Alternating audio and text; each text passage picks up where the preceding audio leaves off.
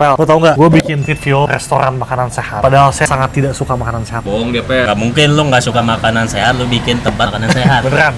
Jadi hidup gue juga tidak sehat-sehat amat. Tapi kenapa bisa bertahan terus? Ini kan pertanyaan semua orang ya. Kalau bisnis apakah harus sesuai passion atau tidak? Interupsi, Patristan. Video ini apa saya nggak tahu. Ya, itu bisnis dibikin sama gua, sama ada Cemal, sama ada Dea 2021. Tapi sekarang udah kurang lebih jalan 4 tahun lah. Kita di Bandung ada 3 cabang. Ini tuh basically kita jualan salad lah. Di Fit Fuel tuh itu udah kita ke depan lagi aja. Nah, kalau gue cerita Fit Fuel, gue sangat tidak passionate tentang makanan sehat sampai hari ini. Tapi gue tarik partner Dea, itu dia sangat passionate di hidup sehat ini. Jadi pertanyaannya bisa atau enggak? Bisa-bisa aja. Yang bikin pabrik rokok aja dan ngerokok. Sedangkan lu yang bikin makanan sehat malah ngerokok. Itu different konten lah tapi lah. Tapi bisnis lo akan jauh lebih terbantu kalau ada orang atau even lu nya yang passionate di sana. Karena lu tahu insider information ya. Lu tahu keinginan market itu seperti apa. Berarti lu pas bikin ini lu nggak tahu. Gak tahu. Tapi makanya gue tarik partner yang bisa. Kalau lu nya nggak tahu, yang lu andelin dari lu nya supaya bisnisnya berkembang apa? Kalau di Fit Fuel, konsepnya tuh waktu itu gue berpartner 3-an. Pakai teori dari buku Email. Kita tuh cari 3 persona. Entrepreneur, manager, sama technician. Entrepreneur tuh orang yang live in the future. Orang yang punya visi. Orang yang idenya kreatif, berani ngambil resiko dan lain-lain. Tapi biasanya orang yang gak rapih, bos. Serampangan.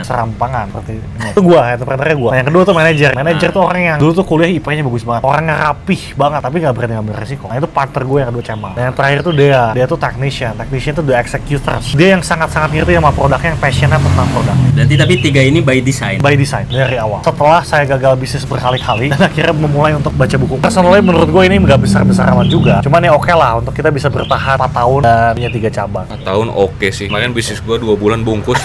Berarti bisnis harus bertiga dong. Nggak juga. Bisa aja ada 1 orang punya kalau 2. Cuman idealnya tuh kalau kata bukunya harus ada 3 persona ini. Cuman bukan berarti 3 orang. Berarti misal gue pengen bikin bisnis nih, gue nggak paham sama marketnya, gue nggak passionate, tapi gue mau research, gue jadi ngandelin, yaudah dibanding gue pelajari marketnya, pokoknya gue bikin produk aja yang bagus. Sebenarnya bisa aja, Pak. Cuman bayangin ya, lu paling suka apa?